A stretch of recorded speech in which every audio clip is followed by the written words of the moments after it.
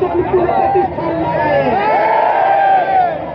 কিন্তু আবারও যদি কোনো অনাচার আমরা দেখি, আবারও যদি ভোটাধিকার নিয়ে ছিনিমিনি খেলা হয়, আবারও যদি রাজনৈতিক দলে কর্মকাণ্ড সীমিত করবার চক্রান্ত হয়, আমরা মানব না, আমরা মানব না, আমরা মানব না।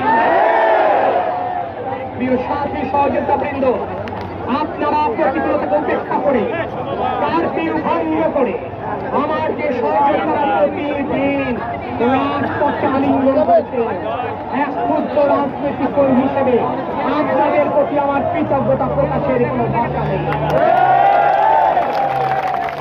যে কৃতজ্ঞতার ঋণে আমাকে আবদ্ধ করেছেন, আমি আপনাদের সামনে ওয়াদা করছি, যতদিন মহান আল্লাহ পাক আমার হাত রেখেছে আমি আপনাদের সাথে আছি। যশোরবাসী, আপনাদের সন্তান হিসেবে আমি আছি, থাকবো আপনাদের সাথে ইনশাআল্লাহ। এ মুক্তিকামী জনতা রাজনৈতিক কর্মী হিসেবে আমরা গণতান্ত্রিক বাংলাদেশ বিনির্মাণের জন্য আরো ত্যাগ স্বীকার করব।